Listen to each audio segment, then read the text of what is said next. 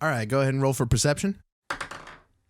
I got a 13. Hey, that's pretty good. With that, you can tell there's some fantasy situations going on. You hear some adult language, and with that, you can tell this podcast probably isn't for kids. Hey, everybody, welcome to the Dungeoncast. I'm Brian. And I'm Will. This is the podcast where we talk about everything Dungeons & Dragons, from wandering wastelands to watchful warlords. And today, we're talking about crafting a campaign.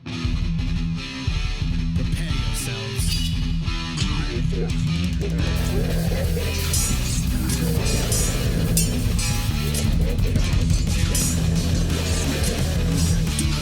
I cast Fireball.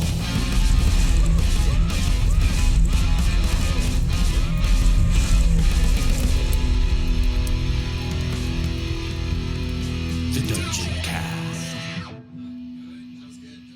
So as I just said, Will, today we're talking about crafting a campaign. Well, we're going to try and talk about it. It's a complicated subject matter. I do or do not, my friend. Okay, well, we're going to do it then, I suppose. All right.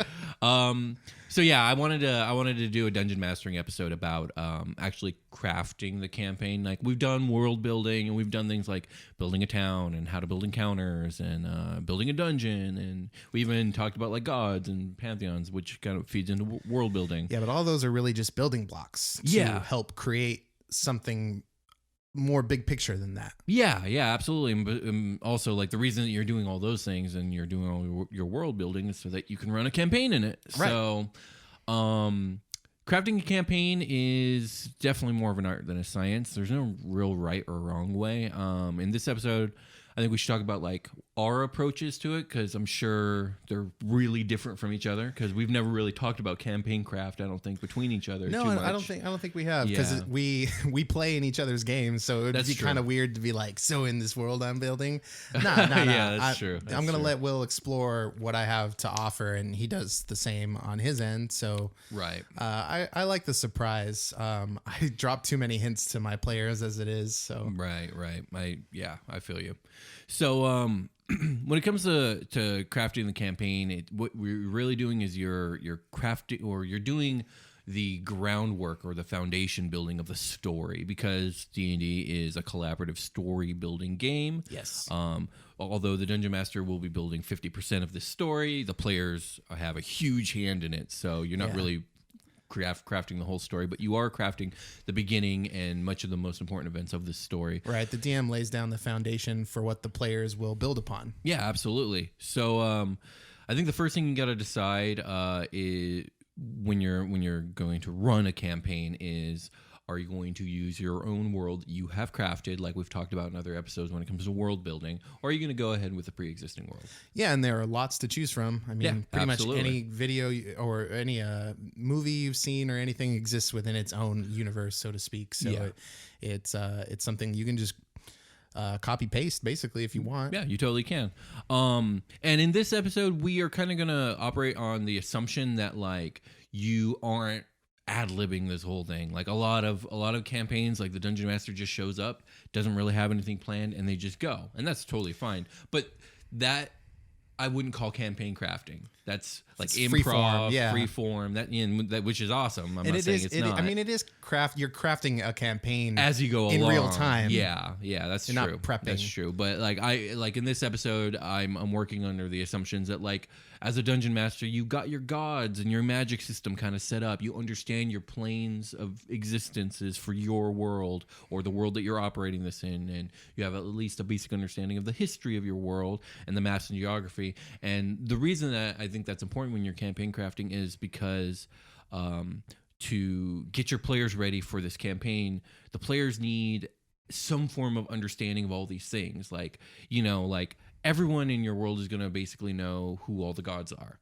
you know, for the most part, unless there's like some real obscure ones. Yeah. Or if religion doesn't work like that in your world, maybe religion isn't that widespread. But basically all the rudimentary knowledge that your players should know about this world, you want to kind of give them beforehand, and discuss with your players and whatnot to get them ready and set up for the campaign. The next thing that you'll probably have to consider is what kind of story you're trying to tell. Like, yeah, is the world going to end? Yeah, is the world gonna end? Like, is this an epic? Is this an epic journey? Is this like, or did you want to run more of a political intrigue kind of thing? Is there a tyrant running rampant in the country somewhere? Yeah, maybe the whole campaign never leaves a single city. Yeah, and man, the that's whole totally thing is possible. like an intrigue amongst the nobility, and like maybe even a murder mystery kind of deal. You could spend sessions upon sessions upon sessions in one city. You got like absolutely. You got sections of the town. You got the sewers. You have the like where the rich people are and where the royalty would be. If you've got that sort of thing, who knows? But absolutely, totally possible to do that. It could be a frontier western. It could be complete like comedy and wacky and zany. It could be horror, murder mystery. Yeah, murder mystery. It could be a lot of things, and you're gonna need to decide that at the beginning of your campaign. I'm gonna take a drink of this water. You should. And while you do that, I will talk about how I've built my campaign. Okay, go for it.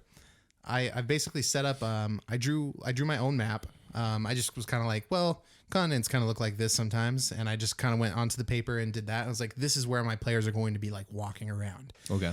But then building the story on top of it, I was like, okay, I'm gonna take this pantheon. I'm gonna take a stock pantheon and then kind of warp it into something that I like more. Yeah. And then I'm going to basically fill this thing out with some cities and some key NPCs, like important people that are in the cities, like leadership and whatnot, and how a loose general way of how the world operates and the important key things. Okay, so your world building. Yep. But let's jump ahead a little bit to like, how did you come about to deciding what the story or arc or whatever was right gonna be? So it's basically a culmination of all of the things I've experienced in fantasy. Okay. Basically, like I'm a big fan of Avatar: The Last Airbender and Stephen King Dark Tower stuff, which I'm really stoked for. That I don't know if you saw, there's a new trailer out. I haven't seen Tower. it. I haven't seen the trailer. Really cool. Yeah, really cool. Does it look good? I'll show it to you after this. Okay. It's I so hear it's damn supposed good. to be a continuation of the story and not like a retelling of it. Yeah, and with an understanding of, if you've read the series, that will like click and make sense, because it is like, I heard Roland's in a time loop. Yeah, it's basically looping. Sorry for the spoilers, but it is supposed to be a continuation. Was that a spoiler? I thought I was told this yesterday by some person. So yeah, it's kind of a spoiler. But you didn't. All right, we'll move on. We'll get back to the campaign graph. So you like Dark Tower, you like Avatar, and I really like Golden Sun. The Lost Age. Or whatever. What's awesome for me? Just sorry to interrupt you on this, but what's awesome for me as a player in your game is I do love Avatar, but I only made it through the first season and a half. Yeah, and I've never read Dark Tower, and I've never played Golden Sun. So for me, like all the elements that you're introducing in the game, I'm like, this is new and awesome. I like this. Yeah, and so the way my story is kind of going about, and the way my towns are set up, the world's kind of a little more empty than most, I would feel like. Right. Like a lot of like countryside, if you will, a lot of wilderness, a lot of openness, and like towns are kind of they're not peppered on super heavy. That's kind of, there's parts of the map where they are. There's cities upon cities, but most of the map is just like kind of empty, and for reasons that playing in the game. But that's kind of how Golden Sun is. You trek a long way before you get to the next town, essentially. Interesting. And so that's kind of how I've filled it out. You've described Dark Tower stuff as being like that too, no? Yes, kind of. Places are far apart. Much further apart, like almost no places. Yeah. So it's kind of weird. Yeah. Like a lot of the people have like died off or like mutated off or or are dying off. And the places they do come across are just like in ruin, in chaos, in like this place of decline. Right. And the what you've been, like, my exposure to your world and how you describe it's so different from like what I've been running you guys through. I've been running you guys through almost a very traditional D&D game, and it's been really fun because I'm not so I'm not so versed in the traditional D&D stuff. Yeah, that's true. So okay, so you were influenced by these things, but when did you come? How did you come about, like, the story arc, if you will, that the hidden one that I don't know about yet because I'm a player in this game? Yeah, so I can't get too deep into it, but like the ideas come from like the overarching themes are nature based a lot of ways, and like kind of okay, so you have running themes going in your campaign. Yeah, like the way which is a cool way to go about it. Yeah, the way my pantheon is set up is a lot like the Dark Tower pantheon, which is like they're these great beasts and people worship them, but it's kind of sectioned off. Like in this part of the world, they worship the elephant. And in this part of the world, they worship the bear. Okay. And in this part of the world, they worship the horse, and blah blah blah. And that's sort of like they act more as like guardians, and so they're going to be like interwoven into the story as they already have been. I like that. That's a cool way to look at deities and stuff. Okay. I want to talk a little bit about like my method, if you will, when it comes to campaign building, because it is usually pretty similar across all the campaigns that I've started. And almost always, for me personally, it starts with a villain. Like, and that's, I don't know why. Like, a lot of people say like a story is only as good as its villain, and I completely agree with that. But for some reason, a lot of my campaigns start with some epic villain that I've come up with in my head, and I come up with a backstory for, and their plan and their mission and what they're going to try and do and how they're going to try and do it. And I then start backtracking from that point. Yeah, you set up your conflict first. So that's how I do it. Here's what the players will have to like deal with. Exactly. And sometimes it even starts off as me coming up with this villain and then coming up with like this final battle kind of epic moment in time, like what the final battle could be theoretically. And I come up with like this epic thing. I'm like, oh, and then this could happen, and then that could happen, and then I'm like, well, how do we even get here theoretically?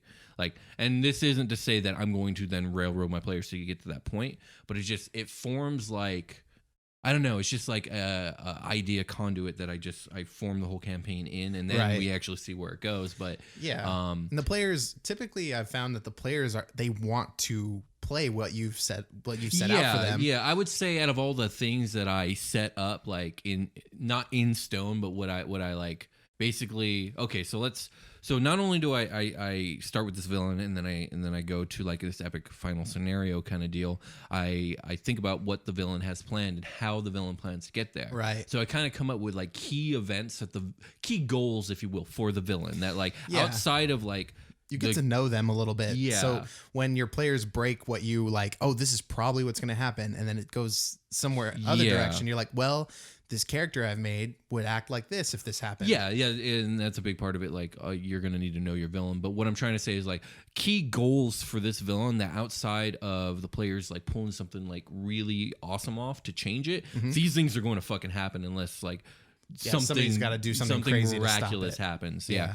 And so like I'll kind of, and I work my way backwards from there, and then I'm like, okay, now how do I get the players like into the same place and get them to get involved in these events that are about to be set in rise motion. To the occasion, so to speak. Right. And that's how I come up with my beginning scenario. I'm like, okay, well, I need these players to get involved with this villain's bullshit. Yeah. So I'm going to put them right next to where this villain's about to start their bullshit, and we're going to see where this goes. Right. I feel like the beginning of a campaign, your first 2 sessions, 3 sessions are very important because it sets up all like it could be set up for all these plot lines, but it's really setting up your party and getting your party, like talking to your players before you start the game. Like, hey, who are you going to be?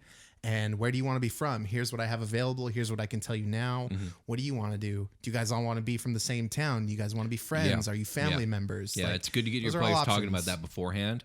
And there's a lot of options to like what you can do. Like you said, like they could be friends, they could be family. Maybe they just all signed up for the same job. Yeah, that's a popular one. Yeah, that's a popular one. That's an easy one. I think the most tropish one is you're all in the same tavern and then shit happens. Like, and which is cool. I like that sometimes. It's fun. Another one I've seen a lot of is you're all part of this organization, whether it's like a guild or like a secret organization 13. Yeah, you know, and y'all maybe never met each other, but you're being put together on a special ops team, much like Agents of S.H.I.E.L.D. and like I've seen stuff like that, and like, you know, there's ways to go about it. Recover Roxas. Yeah, there you go. Oh, gosh. But yeah, so that's another thing to consider. And another thing too is when I'm again basing things around this villain, I'm fleshing out this villain. When you flesh out your big bad evil guy like you would like a full character, a lot of the story kind of writes itself because like you end up coming up with this beings like enemies of the past or like maybe deities that like don't like this guy or girl or like, you know, like things that like oppose this enemy. So possible allies for the future for your players, yes. Or like, you know, or possible allies for your villain. Like you flesh out this villain's world and this villain's friends and foes and whatnot. So that's usually how I go about it. That's just my method. Yeah, I did a lot of the same thing. Same things I found was making a villain right off the bat for you guys to kind of chase, because that happens in the Dark Tower. You start the story and there's a chase going on, and it's the slow chase. It's like that guy's trekking somewhere. You're on tracking foot, him down. And you're tracking him. Interesting. And they went this way, and you're just walking that way. But that kind of happened with you guys. This guy shows up and fucks stuff up real bad, and then bounces. And they're like, the town leadership is like, "Hey, they're going that way. Right. I'll give you a shortcut if you want to cut them off." Yeah, a chase. That's an interesting way to go about it. I actually haven't seen that before. I'm sure it's been done. It's just I've never seen it. That's really cool. I like that. That's a nice way to run a campaign, because it's like this ever moving goal that you can. It's a moving target, and it gives you some direction. Like, I want you guys to go to this next town, and like that's where lots of stuff is going to happen, and it's going to be really cool. And originally, when I was planning campaign, you guys were going to start there. And I was like, I think it would be cooler to move back. Yeah. And start somewhere else and get there. Cause I feel like, I love the journey. I like what's going on. Like, and D&D is a lot about journeying a lot of the time. So, and you get these little Easter eggs on the way that are super cool. Picking up a new item or leveling up is something your players always look forward to. Yeah, absolutely. And honestly, I look forward to it too, because then I can change it up. They're stronger now. They can do this. Now I can change the way my campaign is throwing enemies at them, or like what kind of scenarios they can get into, what kind of things you guys can handle. Yeah, absolutely. You guys could. I've told you about like bad shit going on in other places of the world. You guys could have just fucking that guy can go. Let's beeline to that thing. True. That sounds cool. Yeah, and that's the thing. No matter how carefully you craft your campaign, your players can instantly and irreversibly change it all, and that's okay. There's nothing wrong with that. Don't get so married to like certain NPCs or certain places. Be willing to change it if it's collaborative storytelling. Yeah, that's the nature of the game. Everybody is influencing it. Yeah, absolutely. And that's a pitfall for campaign craft, is like you're not crafting the perfect story to tell your players. That's not what you're doing. If you're doing that, you just write a novel. Like, you're playing a game where it's collaborative storytelling, and like it's supposed to be a ride, an unexpected journey for everyone at the table, not just the players. Yeah, so. It's also okay to do like what you were saying, like put in, hey, unless you guys can figure out something phenomenal, this is gonna happen, because these events are already in motion. Yeah, this is what the campaign is. For me, that's an easy way to make that's an easy way for me personally to make the whole world feel real. Is what I do is beforehand plan chains of events around the world that are going to pop off as time goes on. Unless you guys do something about it, like these things will all happen. But because it's all pre-planned, I don't have to think too much about it. So I'm like, okay, what year, what time, what month is it? I'm like, okay, these all three things should have happened by now. Right. So like, and you guys may not know a lot of them that are happening, but they are. And so that's another thing that I do with my campaign craft is, again, I start at the end, I make my way backwards, and then I keep track of like the timeline of the world, if you will. Yeah, that's important. I want to get into some dungeon stuff, but I think before we do, we should probably rest before we get into this dangerous stuff. Sounds good to me. Let's do it. All right.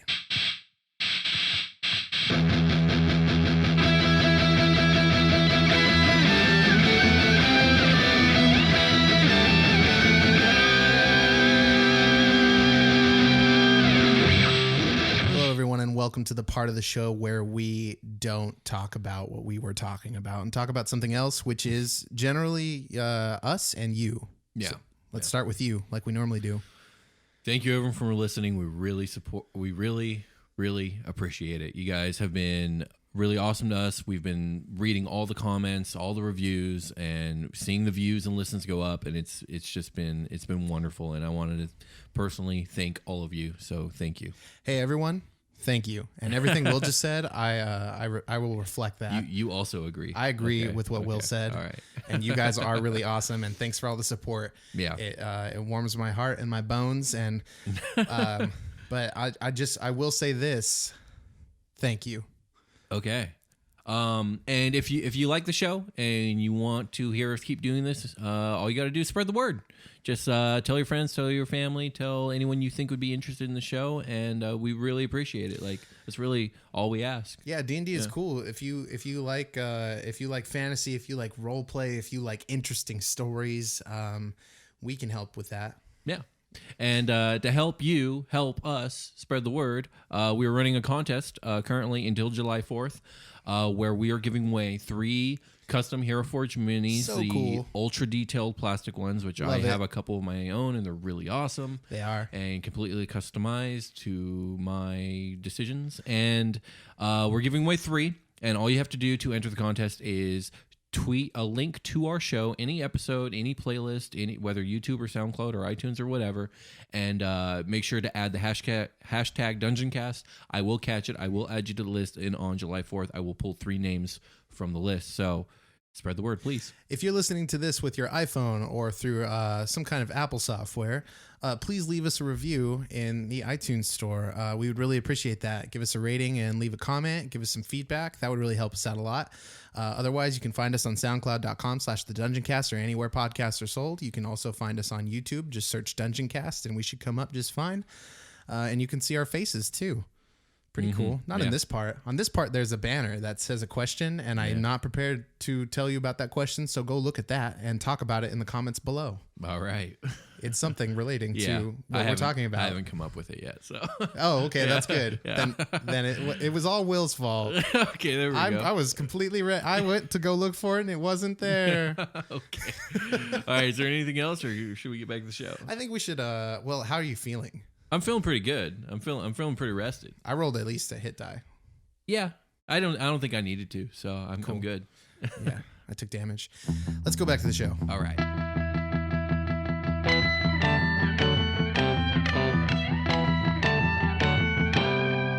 We're in it, and we're in it to win it. So like I said about dungeons, I put a lot of thought when I was building my world into like why there would be stuff like dungeon-esque around. Okay. And I was like looking at like your typical like a dungeon. When I first think of a dungeon, it's like underneath a castle. Like a king has a dungeon and he throws his prisoners in there.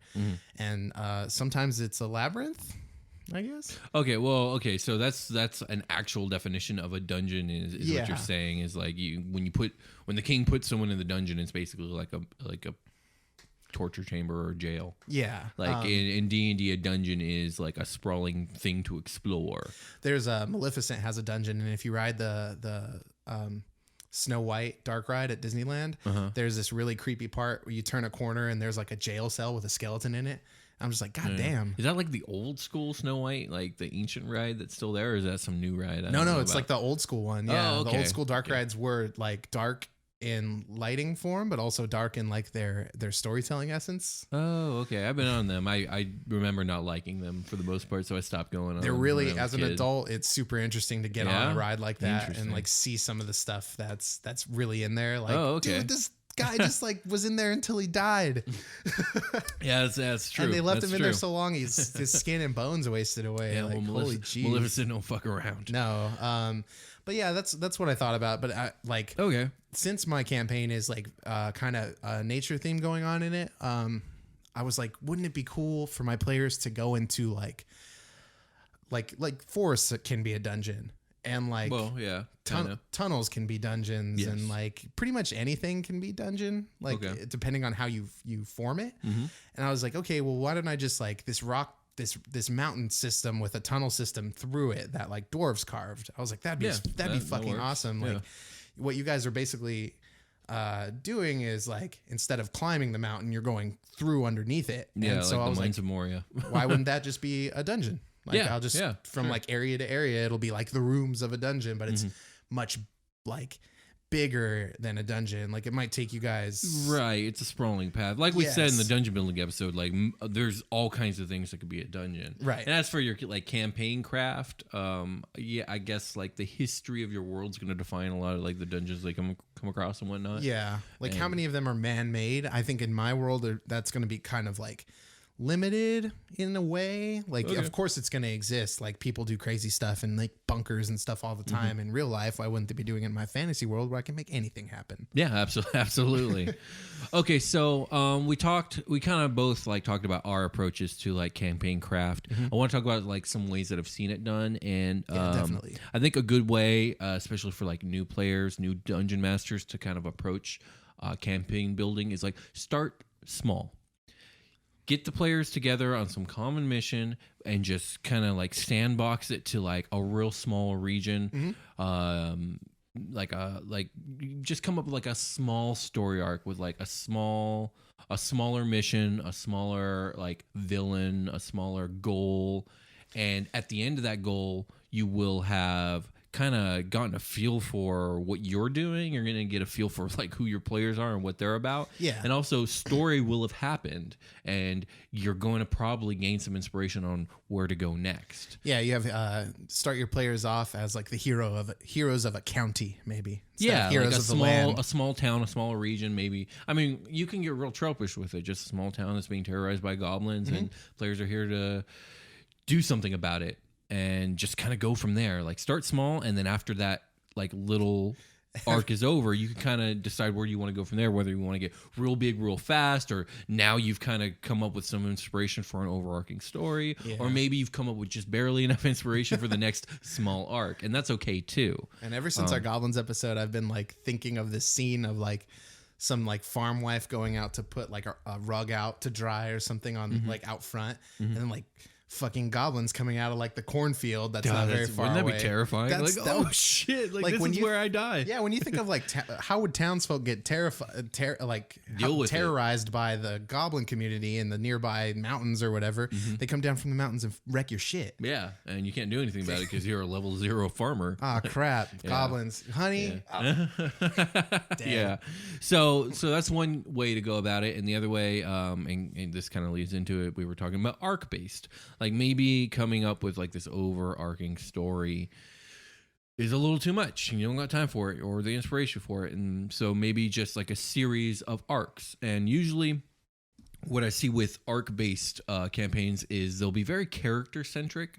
So I get to know who your players are and like what their goals are and maybe have a whole arc based off one character's like mission and the other characters. I mean, they're going to have their moments too. It's not like they fall to the wayside, but you're talking about PCs, right? Yeah. Players. Yeah. And in their characters. And I've seen that. I've actually played in games where like each character kind of gets a story arc and like, it's a lot of fun. It's that really is cool. Actually really cool. Yeah. And, really makes the background, like the work that your players are putting into their characters, it makes that like stand out. Yeah, absolutely. And a good DM, an experienced DM can take those arcs and then interweave them together so that they're related to each other. And next thing you know, you got this overarching story. Yep, and which is really cool. That's definitely that's a really cool way to do it. I've noticed that the reason I asked you to clarify if we were talking about PCs is because I've noticed in story arcs, there's usually a ride along or like an NPC that the DM is putting in that like will go through this experience with you. Yeah, that like can happen. Especially in the adventure zone. There's always an NPC kind of riding along with them, whether it's like in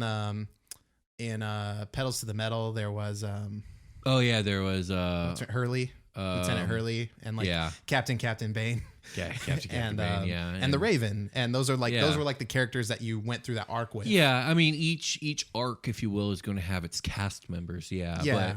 And like for instance, in a game that I've run with you guys, like there has been, especially for this last arc that we've been doing that I don't want to get too into, but you guys have had like ride along characters the entire fucking time. Yeah, there's been NPCs like basically partied up with us. Which it's funny because like I don't usually like doing that because like it's fucking annoying as a dungeon master to have to keep track of these fucking people. Because you have to roleplay a character at that point. I gotta roleplay a character and then you guys get into fights. I have to be a character and keep the storyline separate. Yeah, and also like you guys get into fights and like fights take long enough as it is without another member that I gotta like balance encounters for and remember what they can do and also be them. I'm like, why did I put this person with you guys? Well, to be fair, in the more recent games, we asked them to go. And that's fine. Like, there's nothing wrong with that. That's just a little annoyance that I got to deal with. But like, it makes the game better. Like, I'm not going to not do that. Yeah, and it's one of those things you didn't plan on that, but it happened since we're storytelling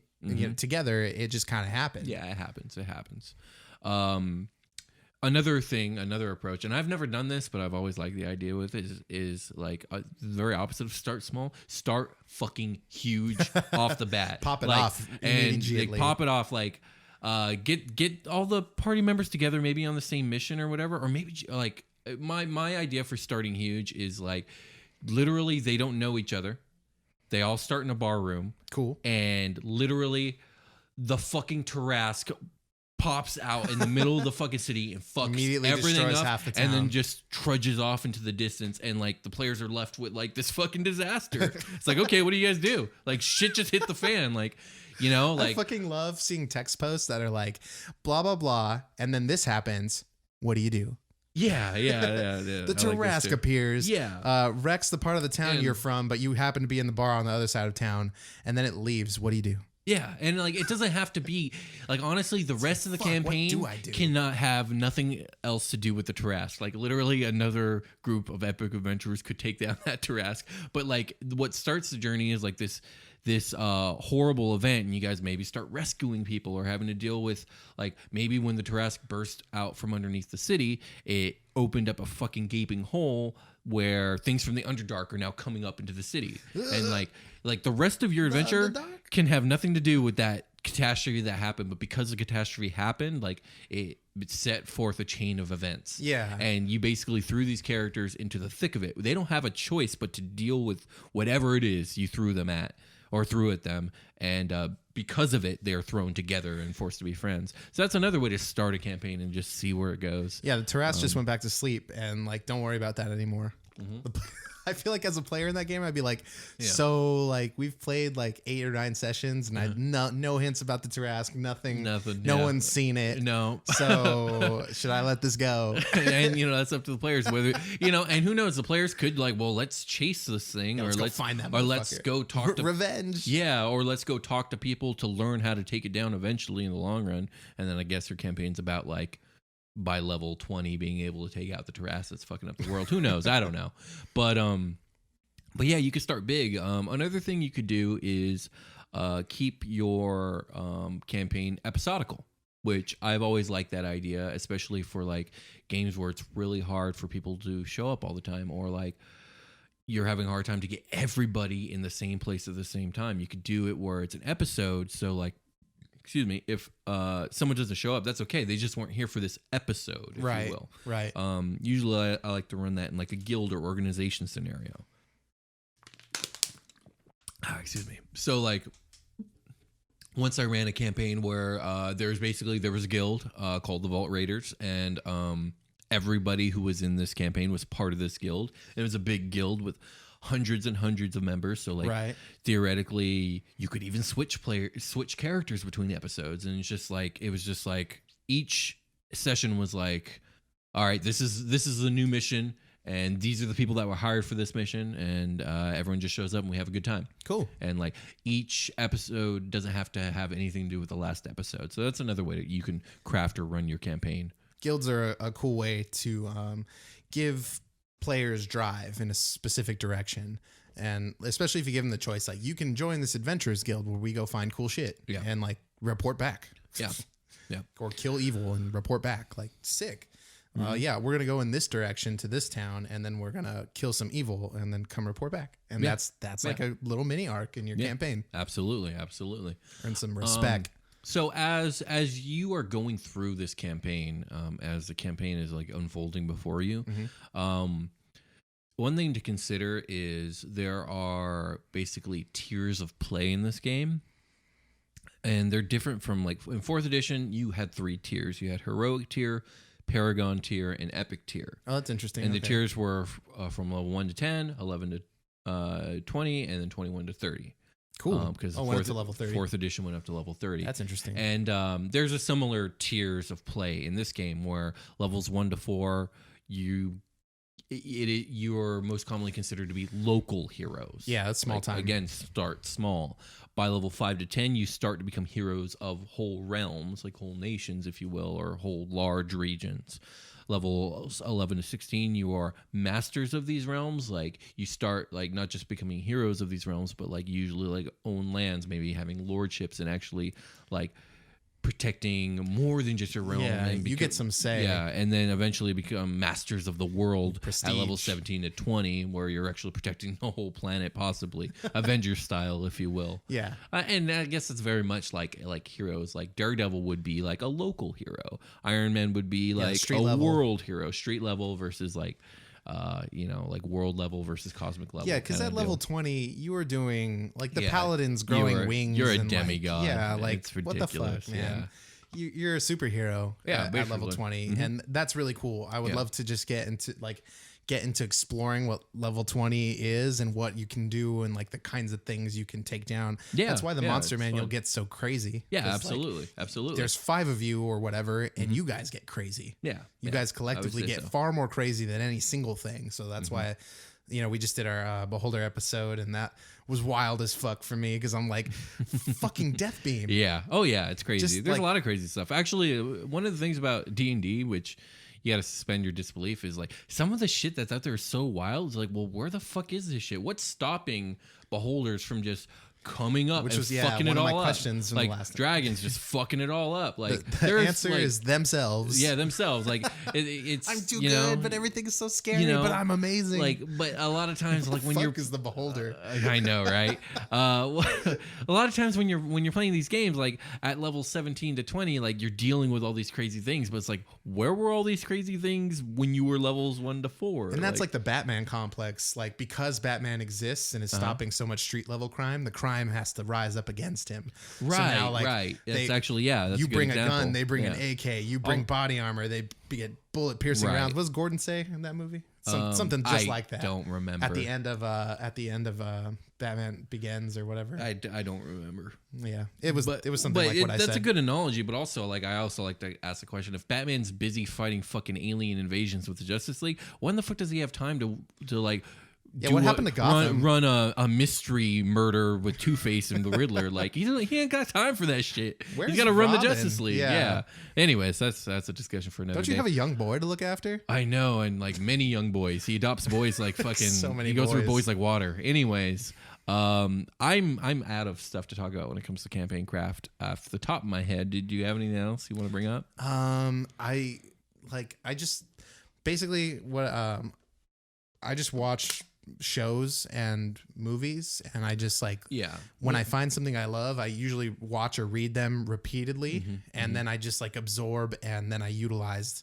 So like basically using my, like, just to recap, like I use my my influences from literature and media to like basically creatively mold those things, take them and turn them into something that I prefer, and then set it loose and put it down on paper and get people going. And really, nothing's going to substitute your ability to role play and really get into, don't just role play characters, role play the environment. You as the DM, when you're campaign crafting, you're role playing an entire environment, and it's a big job. Yeah, so, improv is going to hugely cultivate and influence your campaign. Yeah, don't be scared. Your story. Like, my story and my world is not set in stone. I have these ideas and things that are going to happen, but I'm ready for the players to step up and tear it to shreds. Oh yeah, and a lot of times that's exactly what happens. And honestly, in the early game, I feel like that's even better because it's going to justify me throwing bigger things at you guys. Oh, well, they handled this problem I put in front of them fairly well. Yeah. Now tackle this bigger story arc that I'm going to throw down in front of you now. Yeah. Which, like, up basically is the plan. Up the ante. Yeah, I feel you. All right, guys. I think that's going to be it for the episode, and thank you all for listening. And we're going to call it a game. Yeah, thanks a lot. You guys have a good one. All right, bye.